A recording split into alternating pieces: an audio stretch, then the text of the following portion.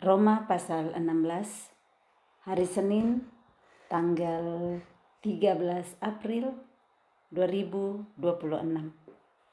Salam. Aku meminta perhatianmu terhadap Febe, saudari kita yang melayani jemaat di Kenkrea, supaya kamu menyambut dia dalam Tuhan, sebagaimana seharusnya bagi orang-orang kudus, dan berikanlah kepadanya bantuan bila diperlukannya, sebab ia sendiri telah memberikan bantuan kepada banyak orang, juga kepadaku sendiri. Roma pasal 16 ini adalah pasal penutup dari kitab Roma, di mana keseluruhan ada 16 pasal. Dan Paulus menutup dengan 3 perikop, yaitu salam, peringatan, dan segala kemuliaan bagi Allah. Kita ingat kemarin sudah baca di Roma pasal 15, di mana di situ Paulus masih menjelaskan kembali tentang orang yang lemah dan orang yang kuat. Dalam hal ini orang yang lemah imannya yang sudah dibahas Paulus di kitab Roma pasal 14 sebelumnya.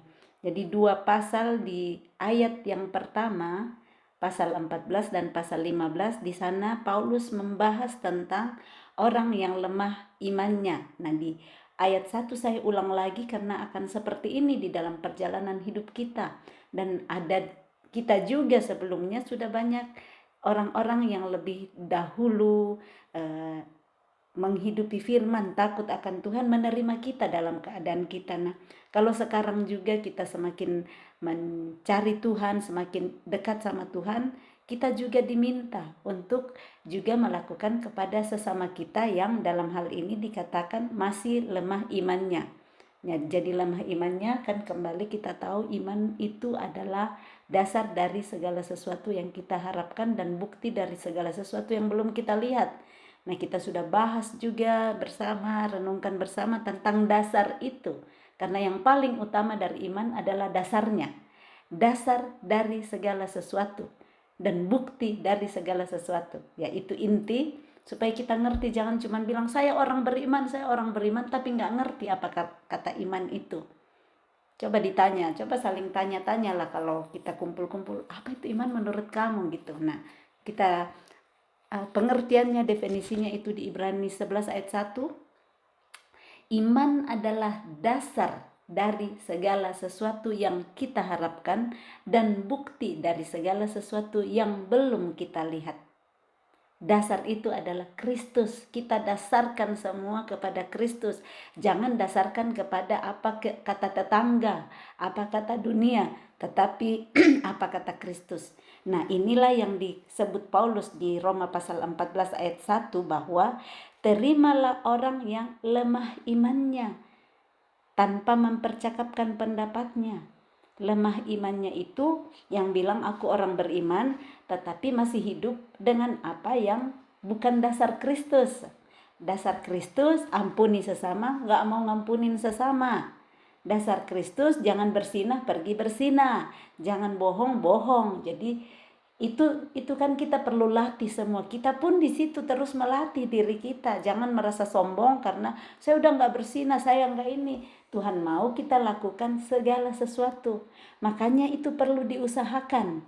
Di Matius 6 ayat 33 versi bahasa Indonesia masa kini mengatakan, jadi usahakanlah dahulu supaya Allah memerintah atas hidupmu. Kita perlu usahakan, gak bisa datang sendiri itu Allah memerintah atas hidup kita.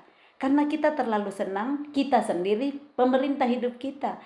Artinya semau-mau gue, bukan maunya Tuhan. Nah, ada lagu kan, suka-sukamu Tuhan, suka-sukamu Tuhan. Nah, yang paling sering kita lakukan adalah suka-sukaku sendiri, suka-sukaku sendiri. Nah, ini yang kita mau ubahkan.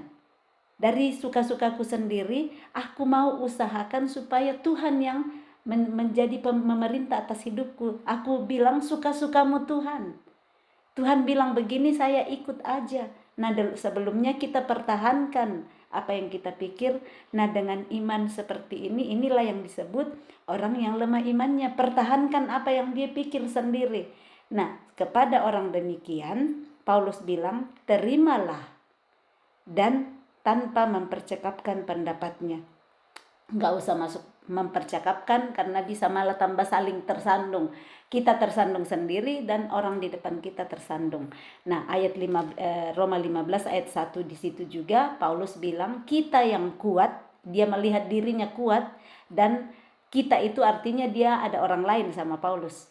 Kata kita. Nah, mungkin dia bilang ini ke Timotius, ke Silas dan jemaat yang lain, tapi ini dia tulis jemaat di Roma, berarti dia tulis jemaat di Roma masuk di dalam kata kita itu. Yang kuat, dia mau sebutkan ini, kuat imannya wajib menanggung kelemahan orang yang tidak kuat, dan jangan kita mencari kesenangan kita sendiri. Mencari kesenangan sendiri artinya saya mau mempertahankan pendapatku, tapi saat kita punya kasih kepada orang yang lemah, nah di sini yang dia bilang kita menanggung dan kita mencari kesenangan untuk orang lain, bukan kesenangan diri kita sendiri. Yang mau mengerti lebih banyak di situ silahkan dengar rekaman kami, sudah ada rekamannya di YouTube, tinggal cari Roma pasal 15, Roma 14, semua ada di sana supaya lebih mengerti. Ya, ada semua rekaman-rekaman kami taruh di YouTube. Puji Tuhan ada hikmat Tuhan seperti itu, jadi nggak hilang pembacaan-pembacaan sebelumnya, atau kita bisa baca ulang untuk lebih ngerti, dengar ulang. Cari semua, ada dari Roma pasal 1 sampai 16 hari ini, ada kisah para rasul, kami sudah rekam semua dan ada semua di YouTube-nya. Yuk kita lanjut kembali. Jadi di Roma pasal 16 ini Paulus menuliskan kata salam, dan dia mulai dengan meminta perhatian. Perhatian siapa? Jemaat di Roma. Aku meminta perhatianmu terhadap Febe. Ada nama khusus yang Paulus tuliskan di sini. Seorang ibu namanya Febe, dia minta supaya mereka memperhatikan Febe karena saudari kita yang melayani jemaat di Kenkrea. Jadi ini jemaat Kenkrea, Febe melayani di situ. Nah, dia minta perhatian untuk apa? Supaya ayat 2, kamu menyambut dia di dalam Tuhan. Artinya, sambutlah Febe, bukan melihat Febe-nya, tetapi melihat Tuhan yang mengirimkan Febe untuk melayani. Sebagaimanapun Febe, terimalah dia, sambutlah dia di dalam Tuhan yang mengirim Febe. Sebagaimana seharusnya bagi orang-orang kudus, dan berikanlah kepadanya bantuan bila diperlukan. Jadi Paulus itu mempersiapkan jemaat, mengingatkan, mengajarkan seperti ini. Karena bisa saja ada yang gak ngerti. Kalau kita sambut orang yang Tuhan kirim untuk melayani kita, mungkin kita gak sambut dalam Tuhan. Kita perhatikan dari ujung kaki, ujung kepala sampai ujung rambut ke ujung kaki. Kita lihat, gayanya ini, seperti ini. Kita perhatikan luar-luarnya. Padahal yang kirim dia Tuhan, terimalah dia apa adanya di dalam Tuhan. Mungkin ada yang dia belum sempurna di sana, sekalipun dia pelayan Tuhan, terimalah dia, sambutlah dia, usahakanlah kepentingan orang lain dahulu. Disinilah firman-firman lain yang Paulus sudah sampaikan di pasal 1 sampai 15 dipraktekkan. Nah, jadi dia bilang berikanlah kepadanya bantuan bila diperlukan. Kalau perlu, kalau nggak diperlu jangan. Misalnya, dia mungkin butuh telinga, cerita-cerita, tapi dia nggak butuh, jangan paksakan. Atau dia mau sendiri, mungkin lagi mau merenungkan firman atau mau deklarasi firman, datanglah di ini, padahal dia nggak butuh. Jadi ada kata bila diperlukan, berikan kepadanya bantuan bila diperlukan. Nah, kadang kita orang nggak perlukan, kita datang nyerocos mau memberi nasihat. Orang nggak butuh nasihat, kita udah datang kasih nasihat segala macam. Nah, di sana kita latihan untuk kendalikan diri supaya nggak memberi apa yang orang nggak butuhkan, nggak diperlukan, karena kita cuman pikir sendiri bahwa mungkin dia perlu ini. Kadang kan kita dengan cara berpikir, kita pikir mungkin dia perlu, saya mau pergi tanya, saya mau kasih nasihat atau apa. Makanya latih terus setiap hari diri kita untuk mempunyai pikiran Kristus. Kami melatih diri kami mendeklarasikan ayat 1 Korintus 2 ayat 16b, supaya pikiran-pikiran pengertian kami sendiri diubahkan, ditaklukkan kepada Kristus, supaya pikiran Kristus yang terus mengalir dan menuntun hidup kami. Jadi kita bisa ngerti orang lagi nggak butuh di sana, kita peka. Nah kadang kita nggak peka seperti itu. Saya banyak sekali nggak peka.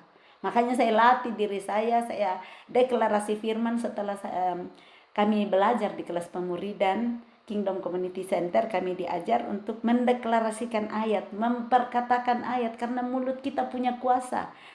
Telinga kita dengar, iman timbul di sana. Supaya pikiran-pikiran mau membantu orang padahal nggak diperlukan, malah membuat orang marah. Nah kurang lebih seperti itu.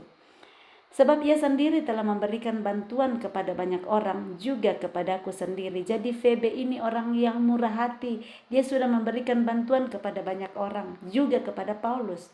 Tetapi Febe nggak bisa hidup sendiri. Sekalipun dia sudah memberikan bantuan kepada banyak orang, bahkan kepada Paulus, tetapi dia juga pasti butuh orang lain. Dia pasti butuh bantuan.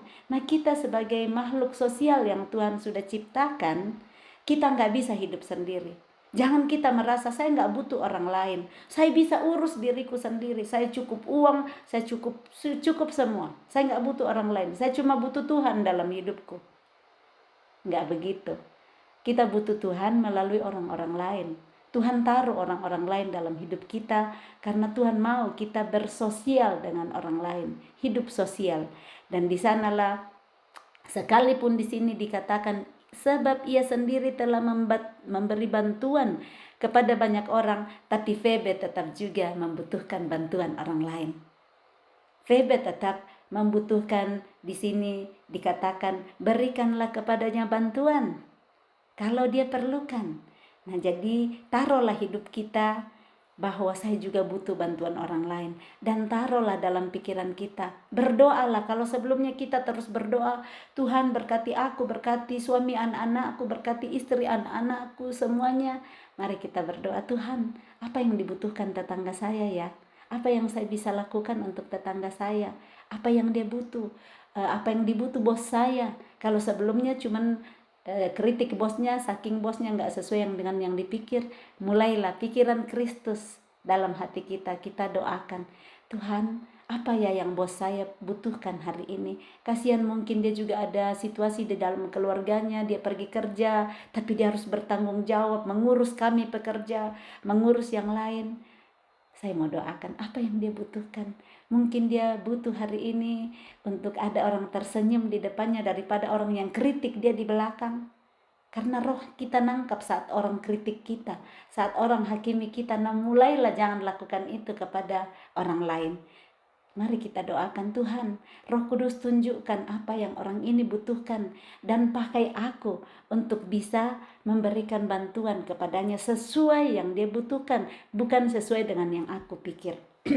Ayat 3, sampaikan salam kepada Priscilla dan Aquila, teman-teman sekerjaku dalam Kristus Yesus. Kita sudah ingat ya siapa ini Priscilla dan Aquila, sama-sama dulu dengan Paulus, dan mereka juga membuat tenda bersama-sama. Jadi Paulus sebut satu persatu orang-orang yang dia sampaikan salam. Maaf. Dia sebut di sini teman-teman sekerjaku. Kalau Febe tadi saudari kita yang melayani di jemaat Kenkrea. Kalau Priscilla dan Aquila dia sebut teman-teman sekerjaku dalam Kristus Yesus. Tempat mereka telah mempertaruhkan nyawanya untuk hidupku. Paulus menghargai apa yang orang lain lakukan terhadap dirinya. Paulus nggak mengangkat dirinya bilang, saya dulu pernah tolong mereka. Dia ngangkat, ini Priscilla dan Aquila. Paulus tinggal di rumah mereka dulu. Mereka telah mempertaruhkan nyawanya untuk hidup kita. Nah kalau kita dulu pernah tinggal di rumah orang, ingatlah kebaikan orang seperti Paulus mengingat.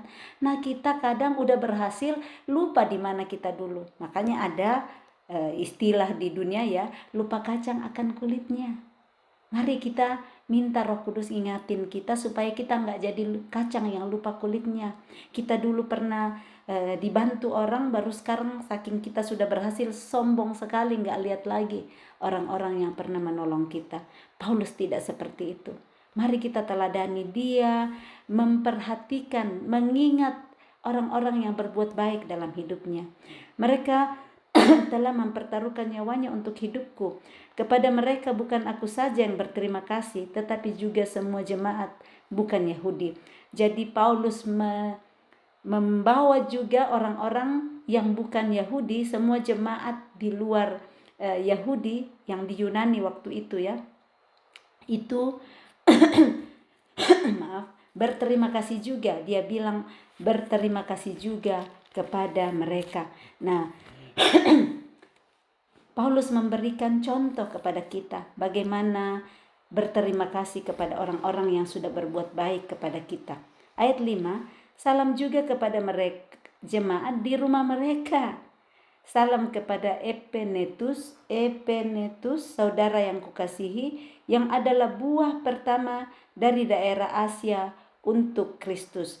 Jadi ini di dalam rumah Priscilla dan Aquila, mereka sering kumpul, dia sebut jemaat. Jadi jemaat di dalam rumah mereka, tempat kumpul-kumpul. Jadi jemaat bukan hanya yang kumpul-kumpul di gereja, menurut kita. Karena gereja itu adalah di mana ada orang-orang berkumpul bersama-sama untuk Tuhan. Gereja itu adalah pribadi-pribadi kita lah, gereja-gereja di mana Roh Kudus diam di dalam diri kita. Dan ini dia sebut lagi namanya Epenetus. Saudara yang kukasihi, dia adalah buah pertama dari daerah Asia untuk Kristus. Buah pertama yang bertobat dari daerah Asia untuk Kristus. 6, salam kepada Maria yang telah bekerja keras untuk kamu. Ada lagi namanya Maria, disebut satu persatu. Salam kepada Andronikus dan Yunias, saudara-saudaraku sebangsa yang pernah dipenjarakan bersama-sama dengan aku, yaitu orang-orang yang terpandang di antara para rasul dan yang telah menjadi Kristen sebelum aku. Ini Andronikus dan Yunias itu sudah lebih dahulu jadi Kristen sebelum Paulus. Dia ngakui, dia nggak sombong, bilang aku udah jadi rasul nih. Dia nggak sombong, dia ngakui ada yang lebih duluan Kristen sebelum dia. Dia nggak taruh posisinya sekarang yang mengajar orang-orang lain. Dia tahu bahwa aku lebih lambat datang. Tetapi kan yang lambat, yang akhir malah menjadi yang terdahulu kalau dia taat. Paulus taat, tidak kompromi. Makanya Tuhan pakai dia lebih daripada yang sudah dahulu datang. Nah, itu dia sebut namanya. Ini keduanya juga pernah dipenjarakan. Jadi sepertinya Paulus bertemu mereka di penjara. Nah, orang-orang ini mereka adalah orang terpandang di antara para rasul, bukan orang biasa. Jadi Paulus ini dari orang kalangan manapun dia tahu berterima kasih. Dia nggak cuma orang terpandang yang dia ucapkan terima kasih. Ayat 8, salam kepada Ampliatus yang kukasihi dalam Tuhan. Ada lagi Ampliatus, salam kepada Urbanus, teman sekerja kami dalam Kristus, dan salam kepada Stakis yang kukasihi. Semua dia kasih sedikit di sana dekorasi, bukan dekorasi ya, yang kukasihi dalam Tuhan, rekan sekerjaku, pelayan Tuhan, ini yang kukasihi. Semua dia kasih perhatian untuk orang-orang ini Paulus. Salam kepada Apeles yang telah tahan uji dalam Kristus. Apeles ini artinya pernah mengalami banyak ujian, tetapi Paulus menyebut dia yang telah tahan uji. Kalau kita lihat diri kita, seandainya Paulus mau tulis sesuatu tentang kita, atau kita mau teman-teman kita, orang-orang yang kenal kita tulis sesuatu, seperti apakah kira-kira yang mereka akan katakan? Seperti Paulus dia sebut yang kukasihi, rekan sekerjaku, pelayan Tuhan. Ini dia bilang yang telah tahan uji. Nah, kalau saudara, saya dan saudara, orang lain akan tuliskan salam kepada Susan, salam kepada Meli, salam kepada Nini, salam kepada Elma, yang titik. Misalnya yang murah hati, yang suka senyum, yang tadi kan tahan uji, yang tidak pernah menyerah, yang gitu-gitu. Apa yang kita mau di sana, kira-kira apa yang orang bisa sampaikan di situ tentang kita, karena Paulus di sini sebut satu persatu. Salam kepada Apeles yang telah tahan uji dalam Kristus. Salam kepada mereka yang termasuk isi rumah Aristobulus. Salam kepada Herodion, teman sebangsaku. Jadi ini teman sebangsanya Herodion. Salam kepada mereka yang termasuk isi rumah Narkisus yang ada dalam Tuhan. Dia sebut semua isi rumah. Mungkin ada di sana asisten rumah tangga. Dia nggak lupa asisten rumah tangga. Semua isi rumah. Dia nggak pilih cuma Narkisus yang punya rumah, tetapi semua yang ada di dalam rumah Narkisus yang ada dalam Tuhan. Salam kepada Trifena dan Trifosa yang bekerja membanting tulang dalam pelayanan Tuhan. Dia lihat bagaimana ini Trifena dan Trifosa membanting tulang dalam pelayanan Tuhan. Mungkin mereka cuci piring, mungkin mereka yang pergi pasar, tapi dia hargai semua apa yang orang lain kerjakan. Nah kadang kita cuma hargai yang muncul, yang kelihatan aja, nggak lihat di belakang, yang kasihan keringatan, ngepel, cuci kamar mandi semua. Ingatlah semua orang-orang seperti itu. Salam kepada Persis yang kukasihi yang telah bekerja membanting tulang dalam pelayanan Tuhan. Salam kepada Rufus, orang pilihan dalam Tuhan. Dan salam kepada ibunya yang bagiku adalah juga ibu.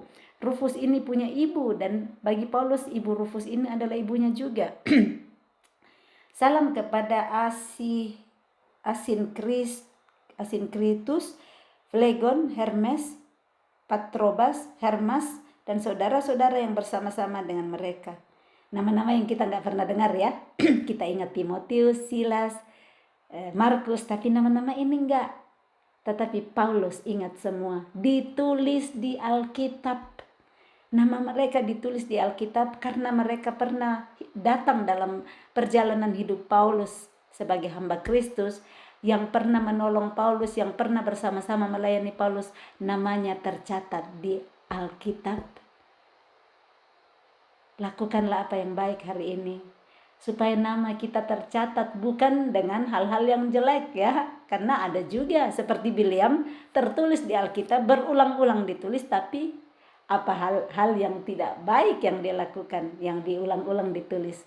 Maukah kita dituliskan nama kita sesuai dengan kebenaran Tuhan? Salam kepada Filologus dan Yulia, Nereus dan saudaranya perempuan, dan Olimpas, dan juga kepada segala orang kudus yang bersama-sama dengan mereka. Bersalam-salamanlah kamu dengan cium kudus. Salam kepada kamu dari semua jemaat Kristus. Kita belajar bagaimana kata salam dari Paulus. Belajar cara Paulus untuk menghargai orang-orang di dalam hidupnya. Menghargai orang tanpa pandang bulu, tanpa melihat besarnya yang dia lakukan, tetapi dari yang terkecil sampai orang-orang terpandang, Paulus salamin semua, nggak pilih-pilih kasih. Judul berikut peringatan. Tetapi aku menasihatkan kamu saudara-saudara, supaya kamu waspada terhadap mereka yang bertentangan dengan pengajaran yang telah kamu terima, menimbulkan perpecahan dan godaan. Sebab itu hindarilah mereka. Sebab orang-orang demikian tidak melayani Kristus Tuhan kita, tetapi melayani perut mereka sendiri. Dan dengan kata-kata mereka yang muluk-muluk dan bahasa mereka yang manis, mereka menipu orang-orang yang tulus hatinya. Jadi Paulus tetap menasihatkan, memberi peringatan melalui tulisan tangannya, melalui suratnya. Dia memberi peringatan. Kita kalau hari ini yang terima surat Paulus, terbukalah hati kita untuk menerima nasihat Paulus, menerima pengajaran Paulus, karena itu pasti baik bagi kita. Surat yang ditulis Paulus sebanyak 16 pasal kepada jemaat di Roma, ini pasti baik untuk jemaat Roma. Ini pasti akan menyegarkan jiwa mereka, menuntun mereka untuk hidup seperti yang Kristus mau. Paulus sudah dipilih Tuhan untuk itu. Nah, kalau Tuhan utus orang-orang di dalam hidup kita, hargailah itu, terimalah itu. Jangan bilang, dia mau datang ngajar-ngajar saya lebih duluan Kristen kok. Seperti tadi ya, ini Andronikus dan Yunias, itu sama-sama di penjara sama Paulus. Mereka orang terpandang menjadi Kristen sebelum Paulus, tapi saya percaya pastinya mereka itu dengar-dengaran kepada apa yang Paulus sampaikan waktu mereka di penjara. Karena Paulus lebih akhir datang, Tetapi Tuhan kasih urapan kepada dia karena dia taat, dia mencari Tuhan dengan segenap hati. Jadi kita lihat dulu Yohanes 6 ayat 29.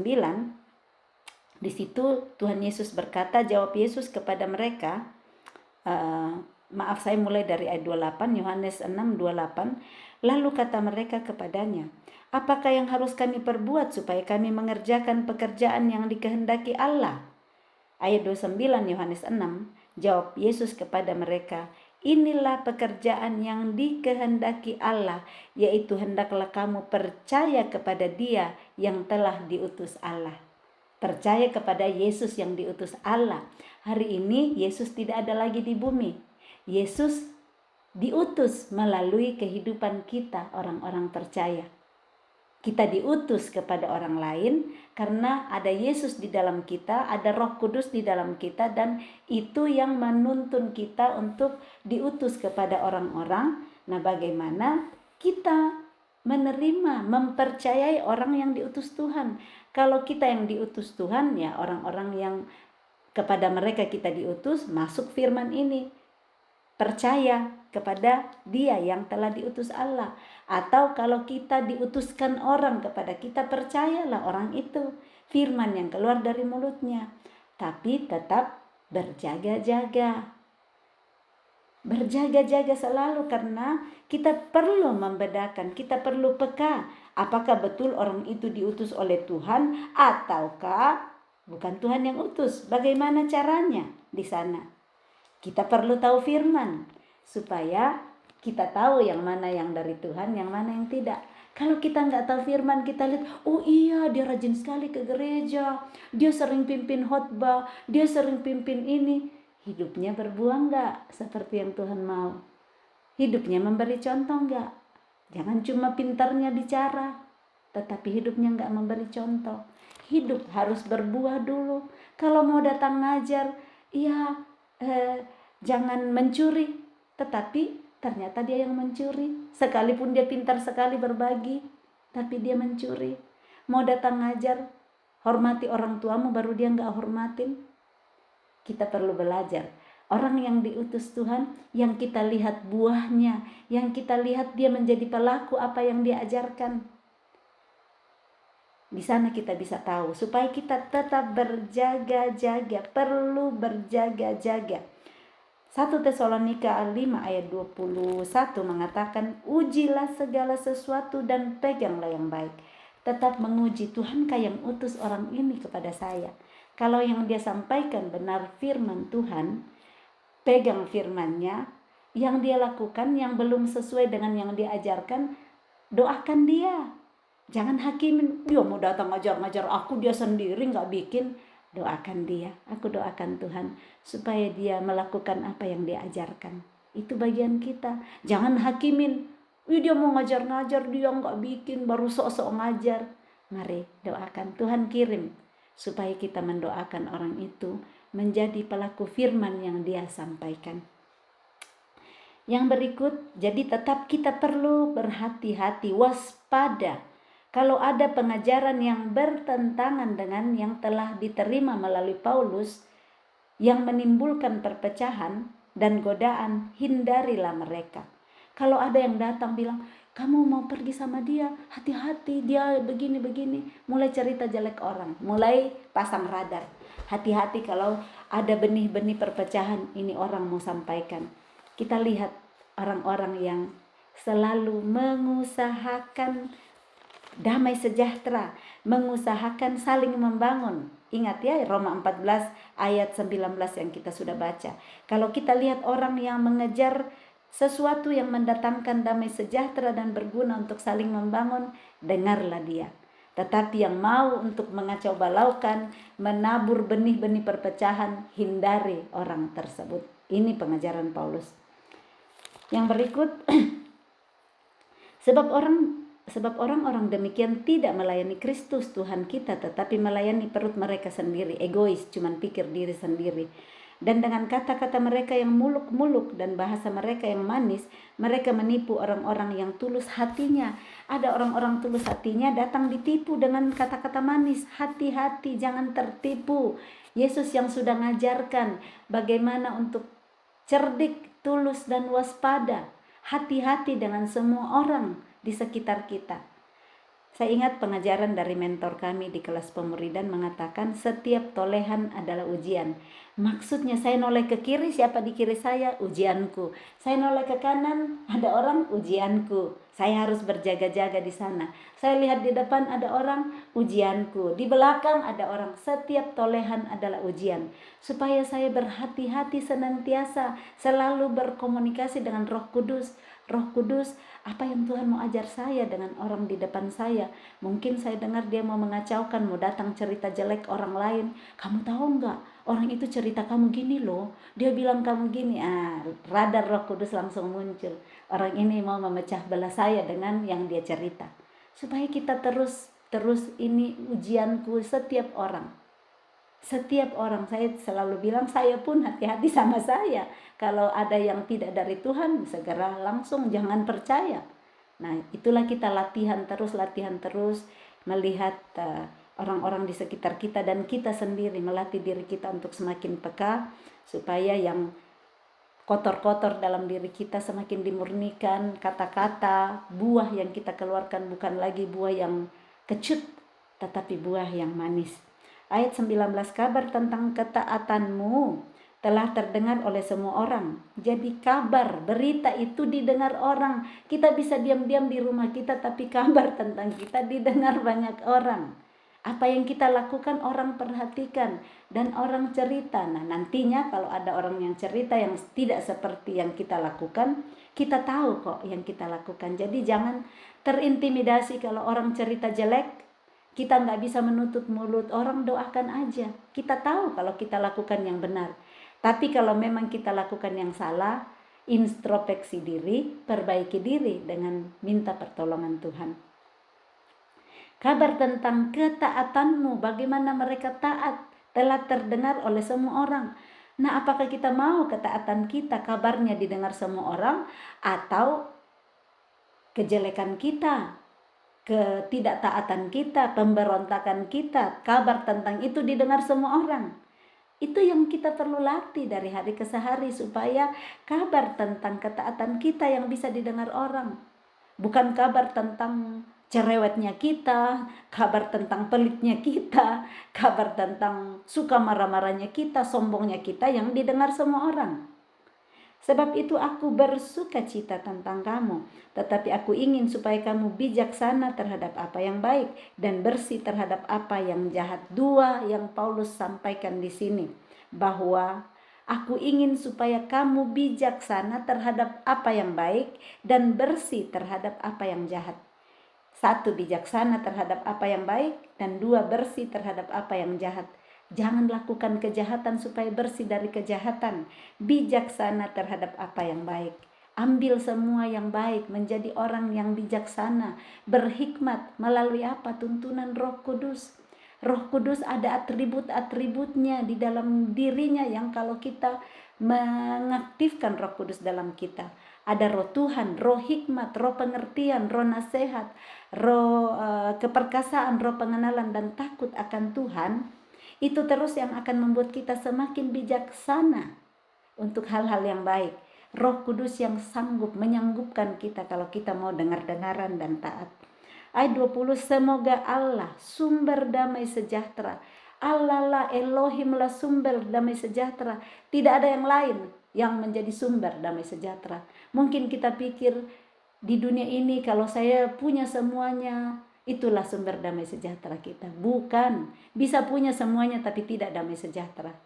Bisa punya uang yang sampai 7 turunan gak habis, bisa tidak damai sejahtera. Kalau tidak ada sumber damai sejahtera itu hidup di dalam diri kita.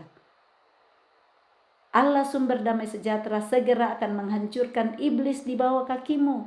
Kalau kita dekat dengan Dia, Roh Kudus aktif dalam kita, Dia yang sumber damai sejahtera itu akan memenuhi seluruh hati kita sehingga iblis hancur di bawah kaki kita. Artinya tipu daya iblis yang membuat kita enggak damai sejahtera, yang membuat kita enggak bersuka cita, yang membuat kita enggak bersyukur akan hancur di bawah kaki kita. Saat kita berdoa, Tuhan, aku rindu damai sejahtera daripadamu. Nah, Tuhan akan kasih kita ujian-ujian supaya damai sejahtera kita teruji. Iblis hancur di bawah kaki kita saat damai sejahtera ada di hati kita. Jadi lawan dari iblis adalah damai sejahtera. Kalau kita nggak damai sejahtera, masih ada kuasa-kuasanya yang pegang diri kita. Kita mari terus dekat kepada sumber damai sejahtera supaya sumber yang lawan dari damai sejahtera, sumber ketidakdamai sejahteraan, sumber pusing, sumber depresi, sumber semua dari iblis. Saat kita semakin dekat kepada Allah, kita ganti pikiran kita tawan semua pikiran kita dan taklukkan kepada Kristus, damai sejahteranya akan memenuhi hidup kita. Semua tipu daya iblis akan hancur di bawah kaki kita. Kasih karunia Tuhan Yesus Tuhan kita menyertai kamu. Jadi pegang ini, damai sejahtera itu sumbernya dari Allah. Bagaimana supaya kita dapat ya? Dekat-dekatlah dengan sumber itu. Seperti air ya, sumur. Saya ingat dulu waktu kecil, kalau saya ke kampung itu ada air, sumber air itu cuman lubang kecil ya, seperti sumur kecil, tapi ada sumber air di situ. Kita datang dengan bawa bambu dan isi ke dalam. Saya ingat sekali kalau saya ke kampung begitu, saya pergi cuman air begitu, tapi mendekat ke sana untuk ada air, ambil air. Seperti inilah sumber damai sejahtera itu adalah Allah. Mendekatlah kepada Dia. Apalagi kalau Dia hidup di dalam kita. Kita menerima Dia sebagai juru selamat kita, memerintah dalam hidup kita, maka damai sejahtera akan terus memenuhi kita. Segala tipu daya iblis yang mau menghancurkan damai sejahtera itu akan hancur di bawah kaki kita. Ayat 21, salam kepada kamu dari Timotius, temanku sekerja, dan dari Lukius, Yason, dan Sosipater, teman-temanku sebangsa. Jadi Paulus juga dalam suratnya menyampaikan salam yang dari Timotius. Biasakan kita sebut orang lain, jadi bukan cuma salam dari dia, ada salam dari Timotius, itu teman kerjanya, dan dari Lukius, Yason, dan Sosipater, teman-teman sebangsanya. Salam dari Tuhan kepada kamu dari Tertius. Salam dalam Tuhan kepada kamu. Jadi di dalam Tuhan dia menyampaikan salam, bukan dirinya sendiri. Kepada kamu dari Tertius, yaitu aku yang menulis surat ini. Salam kepada kamu dari Gaius yang memberi tumpangan kepadaku. Dia ingat siapa yang memberi tumpangan kepadanya. Ingatlah orang-orang yang pernah memberi tumpangan kepadamu. Mungkin waktu sekolah orang tua kamu gak bisa sewakan tempat, orang terima kamu di rumahnya. Ingatlah kebaikan orang itu. Dan kepada seluruh jemaat, salam kepada kamu dari Erastus, bendahara negeri. Jadi Erastus ini adalah seorang yang dipercaya memegang keuangan. Dan dari Quartus, saudara kita. Kasih karunia Yesus Kristus Tuhan kita menyertai kamu sekalian. Amin. Segala kemuliaan bagi Allah. Ayat 25, bagi Dia yang berkuasa menguatkan kamu. Jadi yang berkuasa memberi kekuatan itu adalah Dia, adalah Elohim. Kasih karunia Yesus Kristus itulah yang memberi kuasa untuk menguatkan kita. Menurut Injil yang kumasyurkan dan pemberitaan tentang Yesus Kristus, sesuai dengan persyaratan rahasia yang didiamkan berabad-abad lamanya. Maaf, bukan persyaratan. Sesuai dengan pernyataan rahasia yang didiamkan berabad-abad lamanya. Tetapi yang sekarang telah dinyatakan dan yang menurut perintah Allah yang abadi telah diberitakan oleh kitab-kitab para nabi kepada segala bangsa untuk membimbing mereka kepada ketaatan iman. Jadi ini firman yang selama berabad-abad didiamkan lamanya. Berabad-abad, beratus-ratus tahun ya, udah ribu-ribuan tahun didiamkan. Berabad-abad lamanya, tetapi sekarang telah terbuka, telah dinyatakan, dan menurut perintah Allah yang abadi telah diberitakan oleh kitab-kitab para nabi kepada segala bangsa sampai kepada kita hari ini. Bersyukur sudah disingkapkan kepada kita hari ini. Tujuannya adalah apa? Membimbing mereka, membimbing saudara dan saya hari ini kepada ketaatan iman. Kita perlu dibimbing untuk bisa taat kepada iman. Tanpa bimbingan kita bisa melakukan yang kita mau sendiri. Karena kita masih hidup di dunia ini, masih banyak sekali godaan-godaan yang datang. Kalau kita nggak terus dibimbing dengan kebenaran-kebenaran firman Tuhan, kita nggak akan taat kepada iman. Kita bisa jatuh iman kita. Makanya mendekat terus, melekat terus kepada firman. Supaya firman membimbing kita. Firman itu adalah Tuhan sendiri, Elohim sendiri yang akan menuntun kita, membimbing kita kepada ketaatan iman dari hari ke hari sampai waktunya Tuhan memanggil kita kembali. Unshakable faith. Iman yang tak tergoncangkan hanya bisa kita hidupi saat kita melekat kepada sumber iman itu. Melekat terus kepada Dia, sumber damai sejahtera, sumber yang berkuasa menguatkan, sumber segala-galanya hanya Elohim, hanya Yesus melalui Roh Kudus.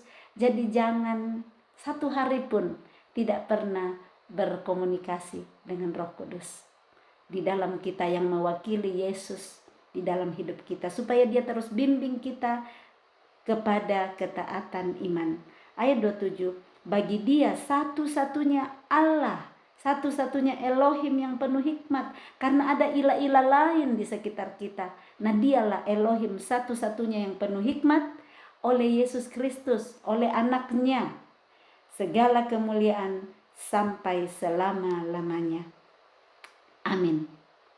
Luar biasa, kita sudah menyelesaikan surat yang dikirim Paulus kepada jemaat di Roma.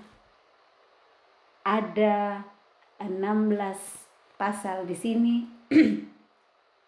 Kita sudah dibagikan banyak hal oleh Paulus.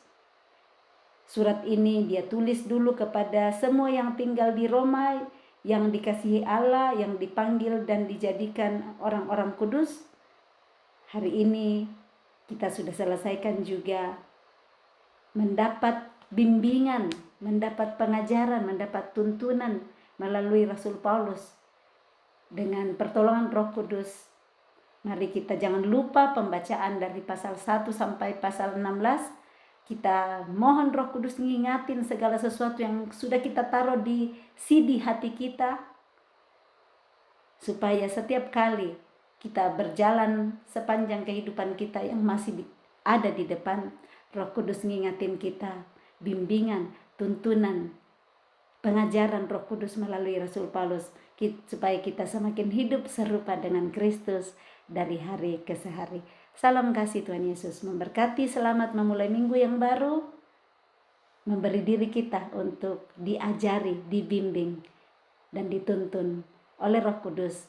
Segala sesuatu yang kita pikirkan, segala sesuatu yang kita perkatakan, segala sesuatu yang kita lakukan, semuanya untuk kemuliaan Tuhan. Salam kasih, Tuhan Yesus memberkati.